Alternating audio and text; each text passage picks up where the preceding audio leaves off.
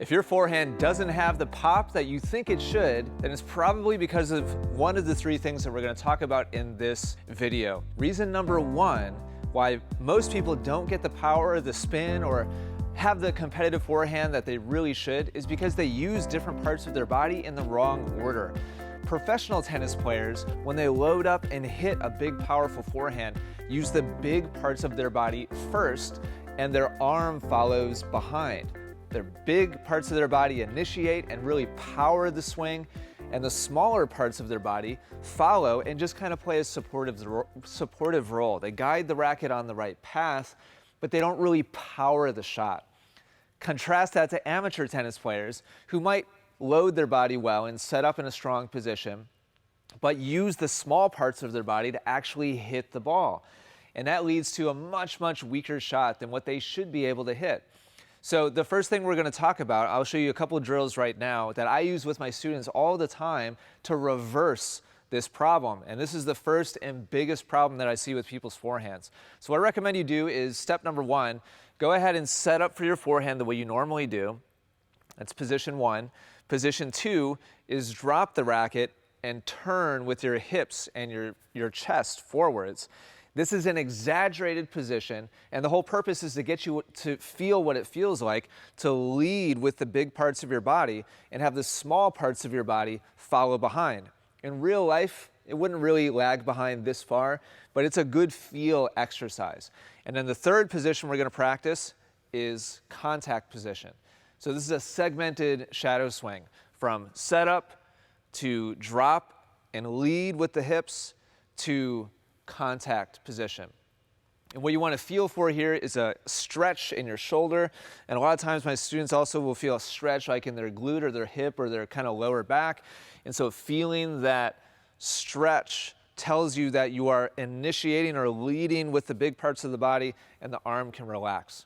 The second drill I recommend you do is go through a smooth, continuous shadow swing with no ball, where you're feeling that stretch, but keep the racket moving the whole way smoothly.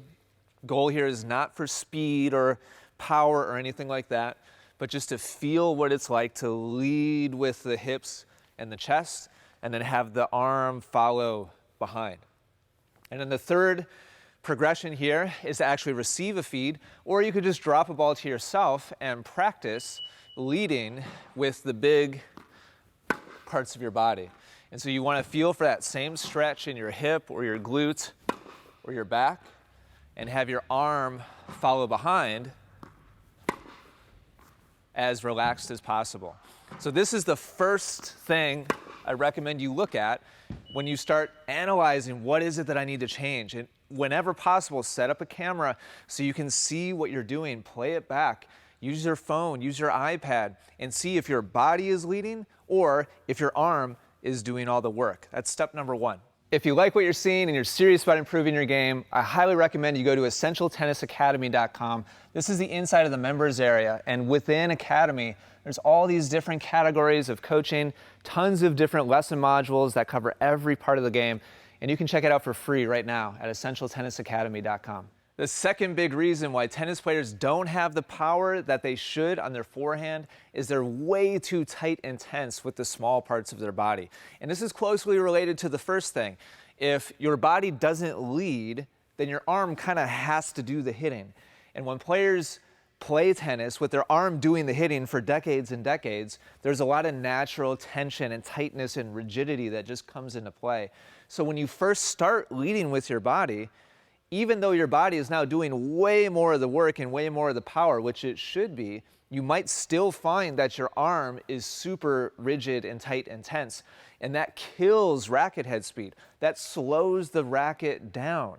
So to work on this, first of all, I recommend you do some shadows like we did before, focusing on the body leading and loosening your arm, your shoulder, your wrist, and your hand as much as possible. Just have them just totally flow as loosely and fluidly as possible. And then either by dropping a ball to yourself or receive a feed from a coach or from a ball machine, practice fake swings. This is really, really key. What a fake swing is, or a fake toss is I'm going to have the ball machine feed to me, And instead of hitting the ball, I'm just going to use it as timing, and I'm going to pay close attention to the tension that's in my body. So I'm going to move through my swing without hitting the ball, and my goal is to relax my body as much as possible.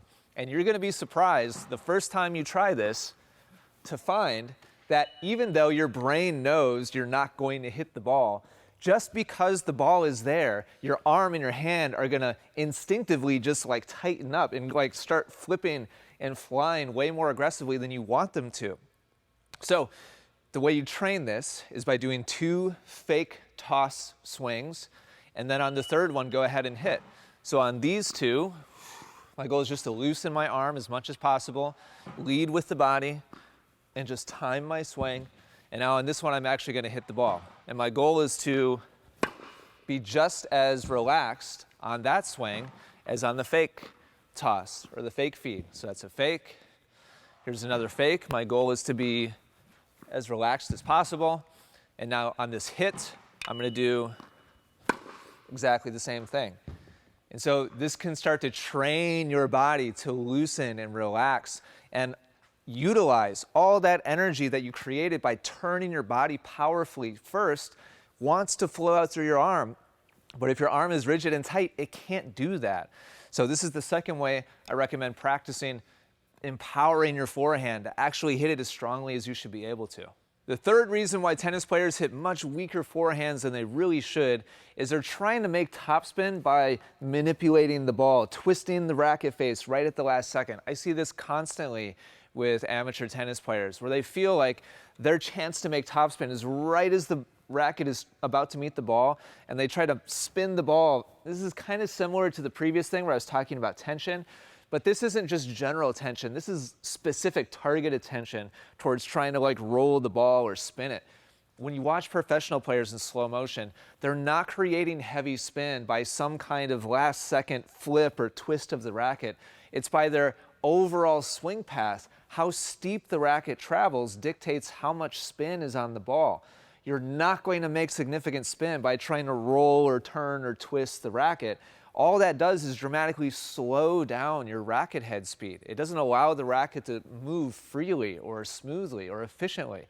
So the way you practice this is by practicing dropping the racket to different heights relative to the point of contact.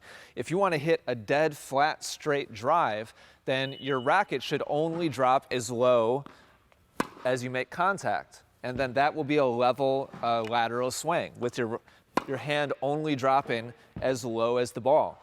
In order to hit a heavy ball, what needs to happen is your hand and your racket need to drop significantly lower than where you make contact. Previously, I was dropping just as low as I made contact, so I had a level swing.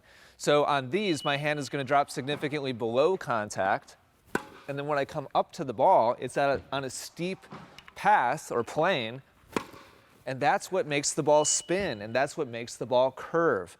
So a great way to practice this is to have somebody feed to you, or you can just drop a ball to yourself and practice alternating. What I'm going to do here is hit 2 drives where I just drop my hand as low as the point of contact. And so I'm hitting the ball very straight and direct. And now I'm going to hit 2 heavy balls where I drop my hand well below the point of contact. And that steep attack up towards the ball is what makes the ball turn, not some kind of last second flip or twist or turn of the racket. All that's going to do is dramatically increase your chance of injury and dramatically slow down the racket head, which is going to give you less power, less spin, less everything that you want. So hopefully this lesson was super helpful to you. If you implement everything you learn in this video, the level of quality, the power, the spin on your forehand is going to be dramatically better. And you can do all of these drills without a ball machine or a partner or a coach, just by dropping to yourself and practicing the movements that I demonstrated here. If this was helpful, do me a favor, click the like button. Thank you for watching. I'll catch you in the next video.